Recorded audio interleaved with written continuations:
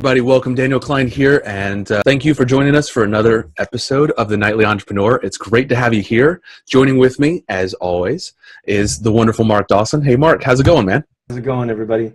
Thank you for coming tonight and listening to the show. Tonight we're going to talk about partnerships. Tonight on The Nightly Entrepreneur, we're going to be talking about partnerships. And Marc, you've written a really fantastic article on josephstudios.net about partnerships.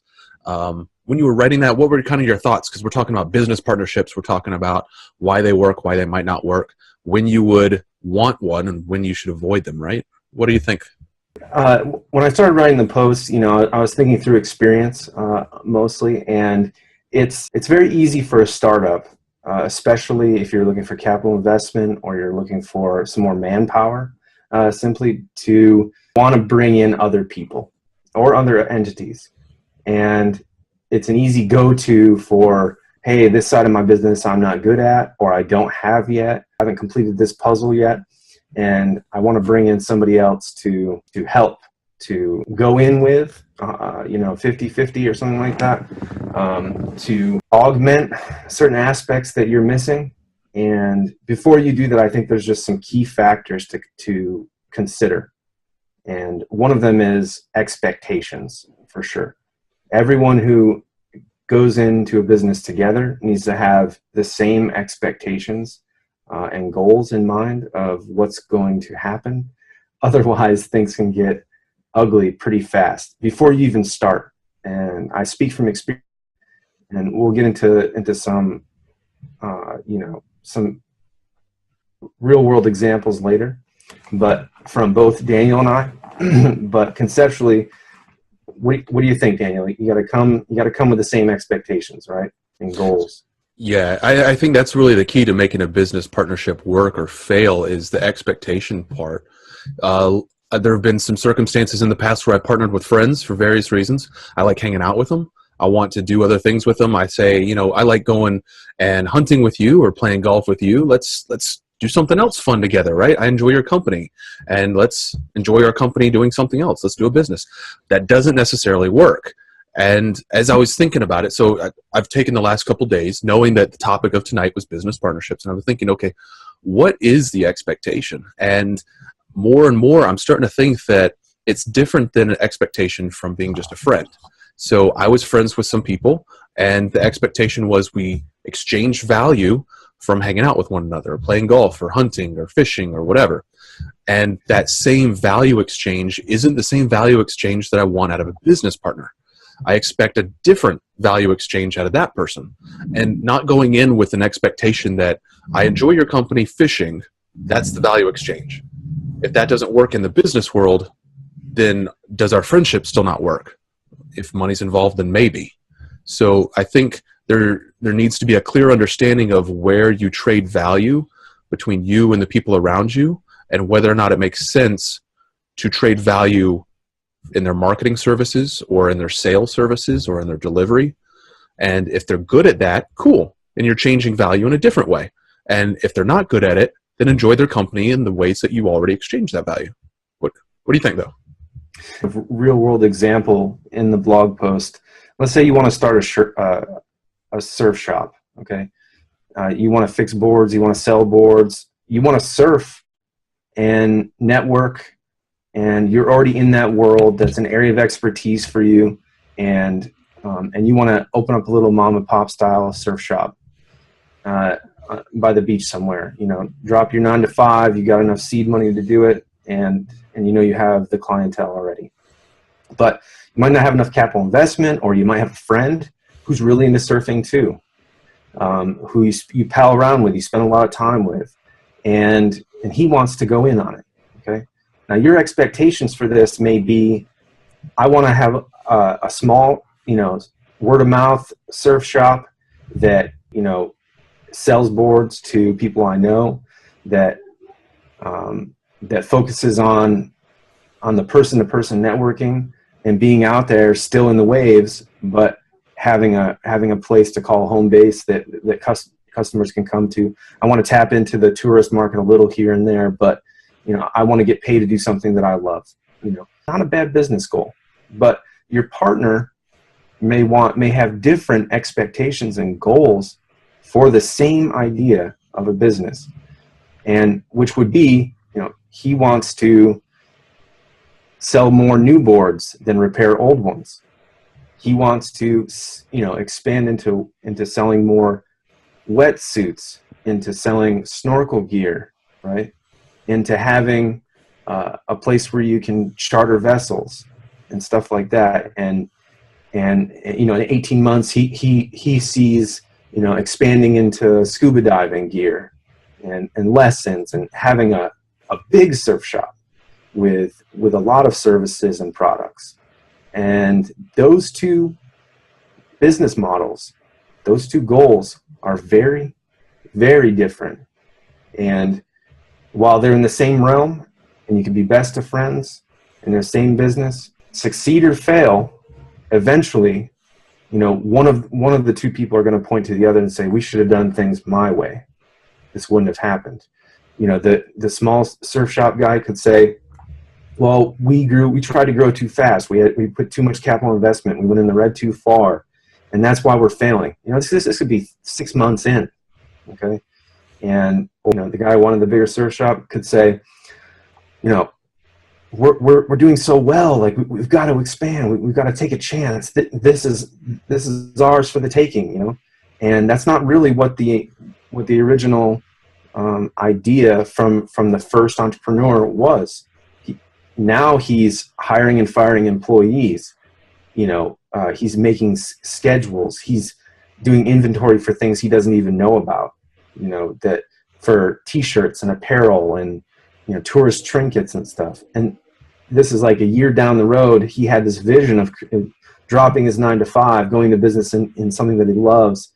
Doing it and just being able to continue doing that and to live off of a small, mom and pop style surf shop. But his business partner wanted to have a surf shop too. Were their business models the same? Absolutely not. Absolutely not. And so I think that's a pretty good example. There can be a lot of tension. They could be the best of friends. 6 months into the business, 6 months after doors open, when you start talking about money and you start talking about passion and vision and liabilities and assets, friendships can be torn apart from businesses being forged. Okay. So let's say we're starting a business. Let's say day one, I have a vision for lawn maintenance.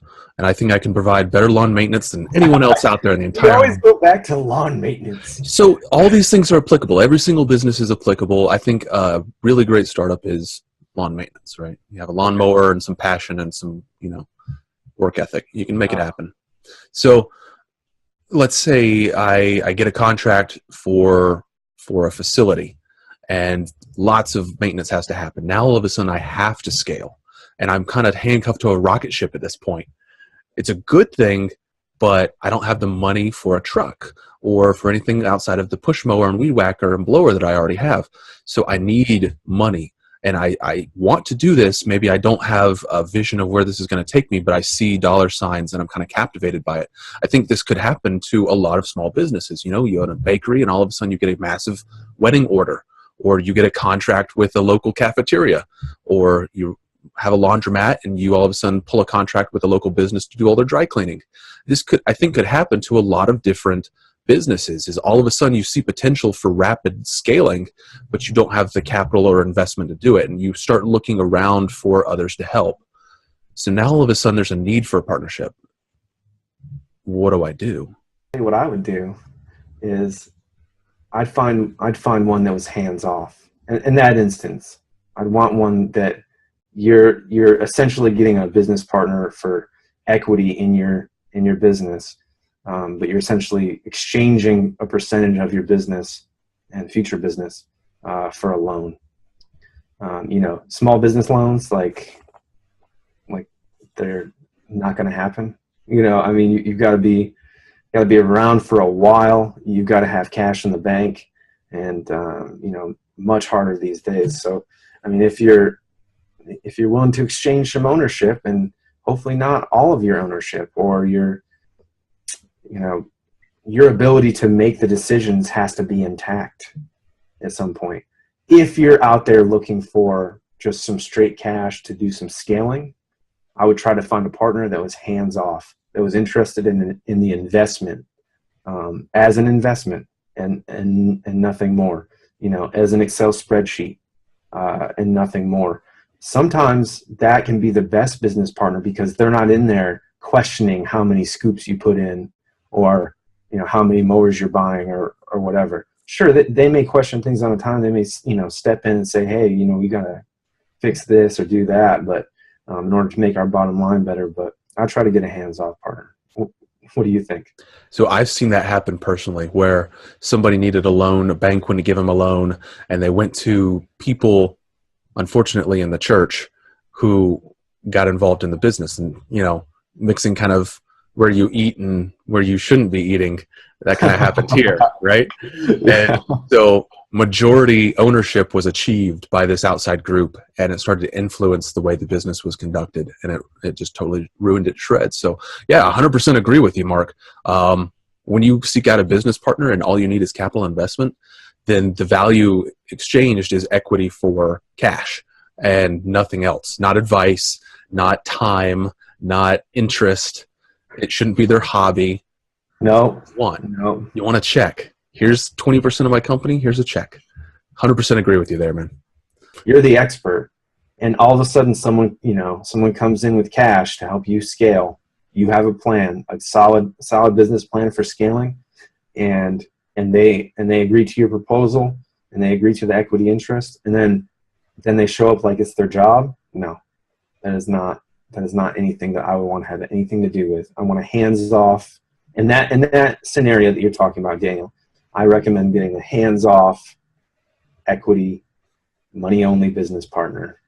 So many investors out there all of a sudden get 20% interest in a company and they go there like it's their job or something. Like, no, and they're not an expert in that industry. They don't belong there. Good questions to ask when you're assessing for an investor. Is this going to be another piece of paper in your portfolio? Is this going to be another chip? Is this going to be another piece of the puzzle? Or is this like something you want to do every Saturday? Yeah, those are absolutely very good questions to ask. And that's a really good scenario because hopefully some of our listeners, like, that is your scenario. You've established yourself, you've gotten yourself like overwhelming clientele or a big contract, and you've got to figure it out. You do want to have someone who's going to have equity that you can deal with. You don't want some monster roaming around your business every couple of days or some ogre. Yeah. So let's kind of go through this as a perspective. So let's say the next kind of more expert level investor is an employee. So you get that monster contract and you need help mowing or baking or cleaning or whatever it is you do, investing in yourself, and you need some other expert to help you out from a time perspective. And you look around, and it just so happens that your golf buddies or your fishing buddies or whomever, or your coworker at your 9-to-5, they also happen to be a web developer, or they also happen to have an interest in day trading.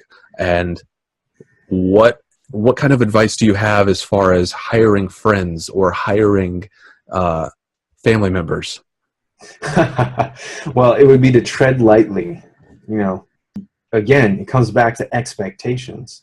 What do you expect out of that relationship? And are you clear from the beginning? Like, are you a leader? Because if you're not, then whoever it is, first of all, they're going to recognize that you're not an actual leader. And they're either going to take the helm, and try to run with it without you, or, all kinds of scenarios could come to play. And if you're dealing with family or friends, we're talking about more emotion coming into it than just you're fired. Buddy, you're going to have some really awkward Thanksgivings. Yeah. I mean, let's say you have an employee, okay, and you get a big contract. So you say, what employee who we weren't friends before, just someone you hired, right, based on their resume and the interview and stuff, but they're your best employee, right? And you say, look, we have this new contract coming up. We can't do it, based on what we have right now. So I'm going to need you to, I want to offer you this. I'm going to offer you this pay raise or equity, 10% plus a pay raise, or I need you to, hire 5 more people. I'm not going to micromanage you. You hire 5 more people and make sure this job gets done. Your focus is just on this new contract, and here's what you get for it. So then it's an exchange. Okay, they recognize their importance. You've given them in monetary percentage, maybe a percentage of the new contract only, not ownership. See how it goes, and kind of take it step by step, and have your expectations. It's your business, so have your expectations up front, and so that they understand, and have their expectations. You've made their expectations for them. You're going to get this if you accomplish this. We're a team. I need you to level up on this side of the team effort. This is what you're going to get for it. Now go do it. And they know. Now, when you talk about friends, or it's easy to be too nice. Okay, it's easy to be like, not say what you want. What you need to say. Yeah, or what you need to say. If times turn rough or things aren't done the way you expected, you really got to have your expectations up front. And with family members and friends, at least in our culture, it's difficult because sometimes we're not straightforward, especially with our family members.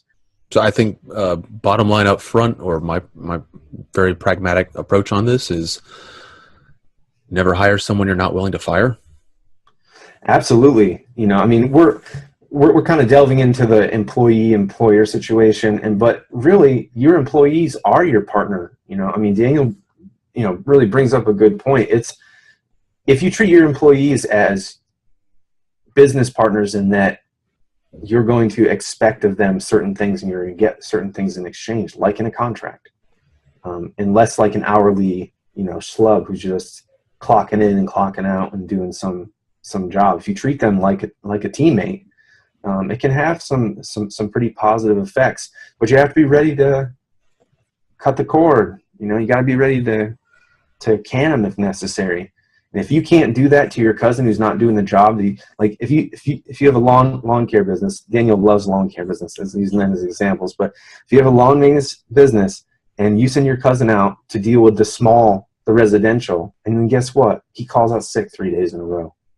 On the first, when you're out there dealing with this big new contract, want to put a good face forward, the other side of your business that you started with is failing because you missed out. Well, he doesn't want to do the job.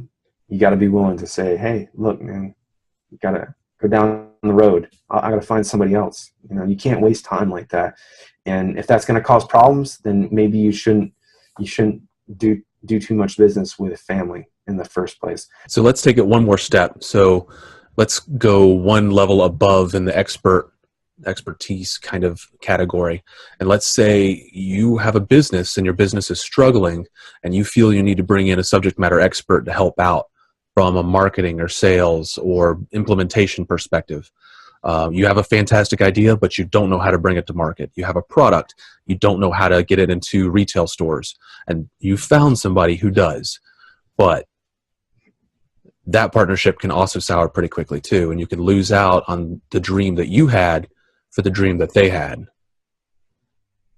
What do you think? Yeah, you have a business and you had a certain number of clientele and things were moving along, and you need to scale up and you need to go and beef up your marketing. Competition was fierce and stuff like that. In that case, why a partnership? Well, usually it's about capital investment. You don't have the money to get the new flashy website to, compete with your competitors, or you don't have the know-how or you don't have the expertise or the money to launch a marketing campaign properly.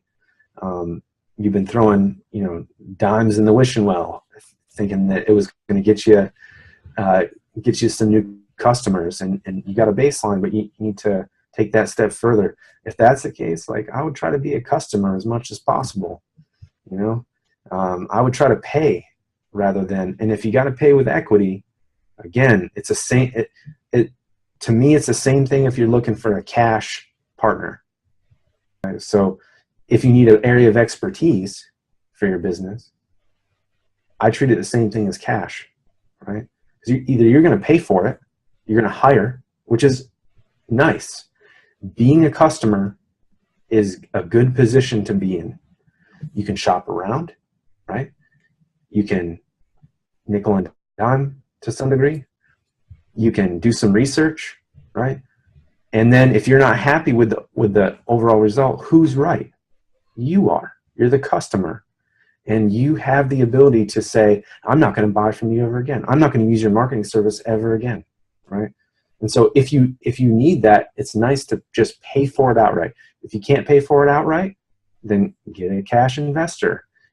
If you can't do that, but you have a good resource where someone's willing to come in and go to bat for you and, you know, launch a marketing campaign, redo your website, do all this stuff for 20% interest, 30% interest, 40% interest. Any more than that, you know, forget about it, because then you're losing control. But if you need that, treat it like a cash investor. But I want to go back to caveman a little bit and talk about, you know, some partnerships that I've started. So one partnership, I was a capital investor to some degree, where, you know, I'm loaning $1,000 or $2,000. I can't remember how much it was, but it wasn't a couple $100. It was a couple $1,000 to someone who I thought we had the same common goal of starting something, and they were going to do something with that money. Okay.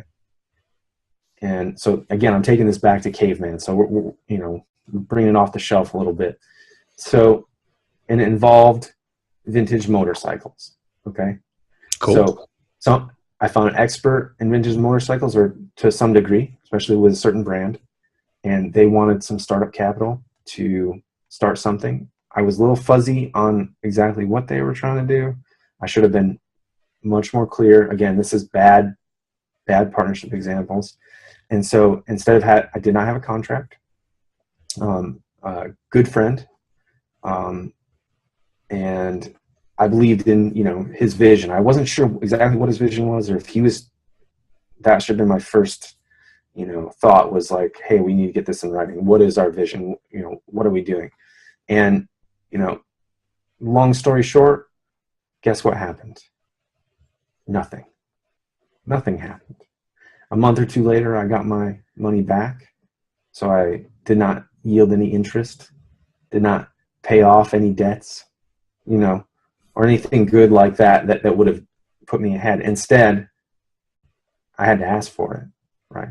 But I got all my money back, which is cool. And there are much worse situations out there, right? Much worse situations. So nothing happened. No vintage motorcycles were bought and fixed up with a return. No little shop scouted out to see what we were doing. And it's kind of like, that's like flatline, like, man, you know, that sucks. Yeah. You know, and then you go to, say, the taxi company, a little bit different scenario. Taxi company was up and running for about 3 years.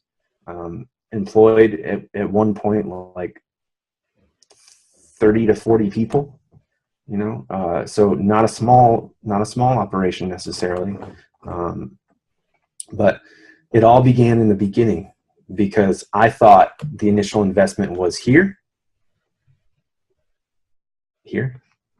They thought it was here. And I thought we were going to do this. They thought we were going to do that. You know, and our expectations were not in line. And from the very beginning, it just, something was a little off, you know, and it had to do with expectations and goals and what everybody wanted to have happen. You know, even Rusty Wheels Media was a partnership in the beginning, and I should have learned my lesson, right? By that time, after, I don't know, 20 failed partnerships in my lifetime. And I'm not saying all partnerships are bad, but sometimes you have to go it alone for a while and figure out yourself, just like on our last post. But Rusty Wheels Media started as a partnership. Someone put a lot of time and effort into helping me produce product, illustrated a book, and really actually helped me get off the horse of being a one book author and starting my publishing company, and kind of was actually a driving force into making me do what I wanted to do anyway. But someone that believed in me, and great partnership. Things changed though. This is something else that I didn't really mention in the post, is that, he got a job transfer, and more of his time was taken up from his work. Us being military people, like, we can totally understand that. You get orders to go somewhere and you got to do something. And I got one email that says I can no longer, and we were official, 50-50 Rusty Wheels Media. He was the digital side, the graphic design side, the web design side, and officially, and by articles of organization, and we were a pretty good team, and he definitely did a lot for me. And then he just gave up. And look, it's not his fault. It's not my fault. We don't hate each other. I don't have any ill will towards him. I doubt he does towards me. But people's trajectory in lives change. So if you're going to go into a partnership with somebody, look, death, divorce, job changes, stuff like that is going to happen. And it can be nobody's fault. And you have to be prepared for that. If you're going to go into business with another human, and you're going to go into ownership specifically with another human, you do a contract job, with another person, or as an employee, things change. It's kind of cut and dry. You walk away, you go find another vendor for your marketing arm, or you go find somebody else to do the layout for your books or whatever. But when you get into talk about ownership, half and half, like you and your bestie go 50-50 on some kind of business, guess what?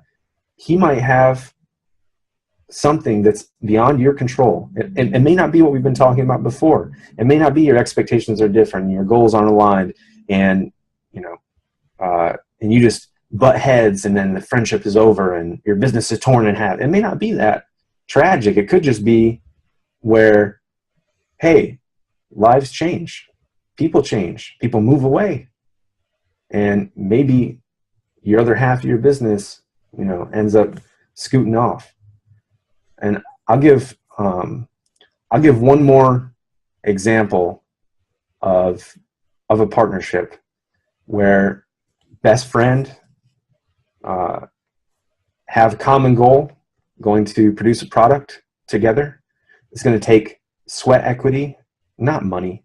When it comes time to do the work, one of you might not be ready. But you also want to kind of test for work ethic in your partner, because you don't want to be the one who says, yeah, we're going to go into this joint venture together. We're going to do this partnership, and this is what you're going to do because you're good at that. This is what you're going to do because you're really good at that. Yeah, let's do it, right? Let's go for it. And then when it comes time, because guess what? You're an entrepreneur. You've got to work a lot. And if your business partner isn't ready for that, you're going to know in the first couple months when it starts getting sweat time. Sweat equity is a real thing. And if you have a business partner that doesn't want to do that, it can be really tough. You can also have, getting back to my example, you can have miscommunication, where a contract right up front, or in your articles of organization, if you're going in a true partnership together in an LLC, the contract right up front that says, this is what's going to happen, these are the timelines, this is what you're going to do, this is what I'm going to do, this is what we can expect in a certain amount of time, right? A contract right up front, in this instance, what I'm about to talk about, would have solved everything. Instead, we both put in the time, we both put in the effort. It wasn't like anybody was necessarily lacking, especially when it comes to money. When it comes to money in business, you can kill a friendship. What would have solved that, though, is having the contract right up front before any work was done by either party.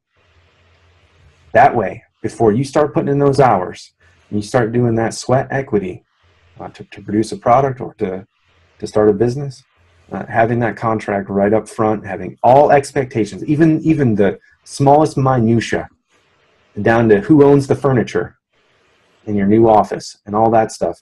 Really important, right? And sometimes we take it as being very impersonal. And like when we have friends or family members we want to start a business with or do contracts with, we're like, oh, it's kind of the whole prenup thing. It's like, oh, I don't want to do this. I don't want to, I don't want to put it all out there in the contract, and then it's very impersonal, and I'll ruin the friendship. No, you want to ruin the friendship? Don't have a contract. Absolutely, don't have a contract. You will ruin that friendship or make Thanksgiving the worst holiday of the year. I think it's the best one. So for those who haven't been in a business partnership yet, let me take a step back. You've probably been in a business partnership and you don't realize it. If you've had a long-term girlfriend, boyfriend, whatever, you've had a partnership. If you've been married, a marriage is a partnership. It's even contractually a partnership.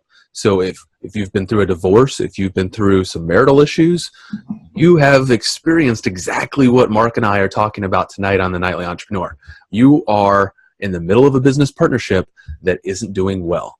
And taking that into the professional world is what we're talking about tonight. So joint ventures, 50-50 mergers, all that kind of stuff, owning equity, owning capital, or going in it together with something and talent. That's what we're talking about tonight. Now, everything that you would or would not do in a marriage, you should not or would not do in a business partnership, like go in it fast. You don't go to Vegas and you don't have Elvis marry you and your best friend because you want to start a bakery. It doesn't happen. And Elvis will do it, right? You can both get really hammered and go onto LegalZoom.com, start a business partnership. Believe me, I've done it. But when the rubber meets the road, Elvis isn't going to be there to help you. And LegalZoom.com isn't going to be there to help you. And you're going to have kind of a shelled out LLC, and you're going to have a lot of missed expectations, and it's just going to just blow up, right? You want to do it exactly like you would in a marriage, slowly. You want to vet the person. You want to have expectations set up front, and you want those larger and larger and larger expectations met over time. So if you're going into business and you want equity, or you want help, or you want expertise, absolutely take Mark's advice. Be a client. Don't be a partner. Or just have a partner that wants to own equity and that's it. Or have those expectations set up front. Put things into contracts that help you avoid this confusion, that help you not have to rip yourself to pieces in order to get what you want back. Be honest, be realistic. That's what I think. I've said a lot though. What do you think, Mark? Yeah, man. I mean, exit language in contracts is really important. So if X happens, like if suddenly no products are produced, within a 3-month period, like this agreement's dissolved, stuff like that. So that way, hey, are we still working together? Or are we not? Or if someone goes away, or you can really tailor contracts to help you out. You have a business, you find another business that does what you need, and you do something that they need, and then you have a business to business partnership by contract with exit strategies for all involved, so that at the end of the day, friends, not friends, doesn't matter. In business together, not in business together, you walk away, you still have your business, they still have their business. Businesses change. Goals change. Right there, Mark. Businesses do that all the time. Business to business stuff. So the guy that mows lawns has a contract with the guy that runs websites, and I'll manage your website to get you more leads if you mow my lawn. And it works out just fine. Or I want $100 million of marketing, and in exchange, I'll give you $100 million of ad business or something similar. Businesses do that all the time. It's just taking small segments of what you need, and it's that value exchange. It's just setting expectations, kind of bringing it all back together. It's setting expectations for value exchange. Yeah, and I found that actually some people that some consultation firms, some elders that I've seen out there, some movers and shakers that are out there, entrepreneurs that are out there who have 4, 5, 6 businesses. Guess how easily they do business to business. So there are ways to have amazing partnerships. But if you're a startup and you have a great idea and you're willing to put in the time and the effort and the money into starting it, and you know you have your vision, you have your expectations, you have your business plan, and then suddenly you bring in someone because they're your friend? Nah. I don't want to seem like I'm anti-partnership. It's just starting out. I mean, what do you think, Daniel? No, I think you're 100% correct. I mean, I don't think either of us are anti-partnership. I think we're pro-reality. The reality is, especially if you're starting out or this is your first business, partnerships probably aren't a good idea. You probably need to find yourself and your vision and what you stand for and what you need. You probably need to get your feet wet before you consider a partnership, and maybe even just fail a couple times and then find a partnership. Yeah, I mean, if our listeners take anything from this, if you're thinking about starting a business and you're thinking about going in it as 2 people, 3 people, shoot. I mean, I've seen some people try to do 4 or 5 personalities in a startup. In some instances that can work, but more likely you know those people though. If you have 4 or 5 people and you all want to start a business, more than likely y'all are in like a quilting club at church, or or y'all are coworkers, or worse, y'all share a dinner table or a floor of the same house. Yeah, don't do it. Yeah, get your feet wet on your own first. That can be some amazing, some very humbling and a very exciting experience to get out there and say, I'm going to make this happen. When you see it come to fruition, or you fall on your face, you don't have anybody else to blame there, and that can be a very good lesson. You can learn things from it, pick yourself up, go for it again, or you find success, and you can say, hey, I found success, and you can learn from that too. And you can, go forward and conquer more things. It's always nice. Partnerships can be tough in the beginning, but for a while, you're going to find that you have a viable business. Hey, guess what? There are other viable businesses out there, and they do things that you need. And it can be a great opportunity for expansion, for partnerships in general. So cool. I think we covered it pretty good. I think so too. I think this was a great episode. So if you liked this episode, please let us know. Put a comment in the section below. Feel free to give us a thumbs up because it really does help the channel, and subscribe for more awesome videos like the ones that Mark and I just did tonight. If you have great ideas, also put them in the comments. We read every one. Good night, guys. Good night.